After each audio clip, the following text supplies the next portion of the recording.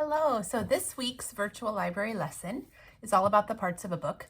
Some of this might feel like review to you. You might know all of this, and that's okay. It's okay to review things, to just kind of help your brain remember and get it back in focus. Some of this might be new to you. So talking about the parts of a book, obviously the first one, we call this the cover, and more specifically, the front cover or the back cover. And so sometimes it's important to be able to use those identifying words to say, oh, look on the front cover for that, or that information is found on the back cover. This one, everybody always thinks this is kind of a funny word, spine, because we all have a spine. You can feel yours. So yours is a long, narrow bone down your back. It's obvious, like lots of little bones, and it's hard. Your spine is hard, just like this spine down the middle of the book.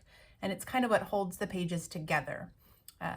And always, when you are looking at a book, you can see that they list the title and sometimes the author on the spine.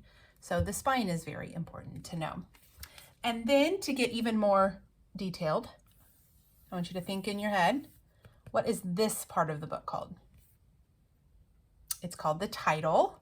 Good job. See, I knew it was review for you. It's called the title. So the title of this book is One Day in the Eucalyptus Tree. That's the title of our book. It's like the book's name. And then also, I'm going to zoom in. Right here you see Story by Daniel Bernstrom. So when I see story by, or sometimes it will just say by, B-Y, and then the name, that is the author. And I want you to stop and think, what does an author do? Yep, an author writes the words. They write the story, or if it's nonfiction, they write the facts, but they do all of the writing.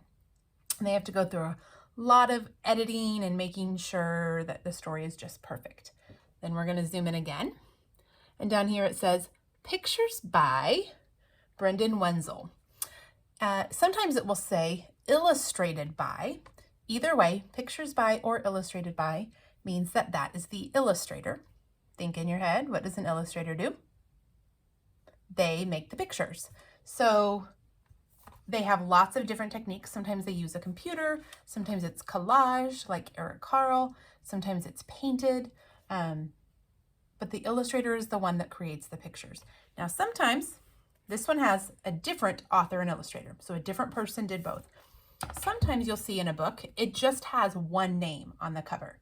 Almost always when you see one name, it means that that person did both. It means they're the author and illustrator. Like Mo Willems, David Shannon, Ted Arnold, those are some examples of super talented people that are good writers and good illustrators. So if you see just one name, then you know it's the author and the illustrator.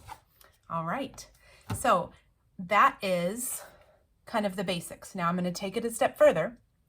You younger kids, if your brain's like, that's all I got, that's all I can remember is cover, spine, title, author, illustrator, then you're rocking it.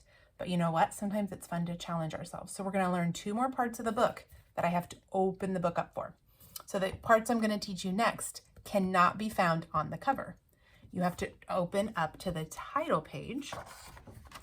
The title page kind of looks like a cover. Sometimes kids get confused because it has the title really big. It lists the author and the illustrator, usually has some kind of illustration. But down at the bottom, I'm going to zoom in. You can see this little piece of information was not on the cover. It says Catherine Teagan Books, an imprint of HarperCollins Publishers. That's a lot of words. That is the publisher. It's a company, kind of like Scholastic. We get our books from Scholastic a lot at school. That is a publisher. That means it's a big company with like big, tall office buildings and lots of people that work there. And it's their job to take the words from the author, the illustrations, so they take the typing and they take the writing and they put it together. They add the cover, they add the spine, they add the pages, and they actually make the book. So it's like the company that creates the book. That's what a publisher is. We can never find the publisher on the front cover. We always have to find the publisher on the title page. And it's usually the name of like a company, not the name of a person. Like this one says HarperCollins Publishers. All right, are you ready for one more challenge your brain? You've got this. So now you know what a publisher does. They make the book. Now you have a birthday. Everybody that's been born has a birthday. It's the day that you came and joined this earth, right? Well, books also have a birthday. It's the day that they were made and they were released so that people could read them. Because before this book was on the store shelves or in a library, it was being made by the author, by the illustrator, and by the publisher. So instead of calling it the book's birthday, we call it the book's copyright date. And we can find it by finding the copyright page. Sometimes that's at the front of the book, but I'm gonna flip. It's not. If it's not at the front, then I flip to the end. And it's always a page with tiny itty bitty writing. Do you see how tiny that is? Do you see? It's so tiny. So I'm gonna show you what you have to look for. On the copyright page, you have to look for this symbol. Are you ready?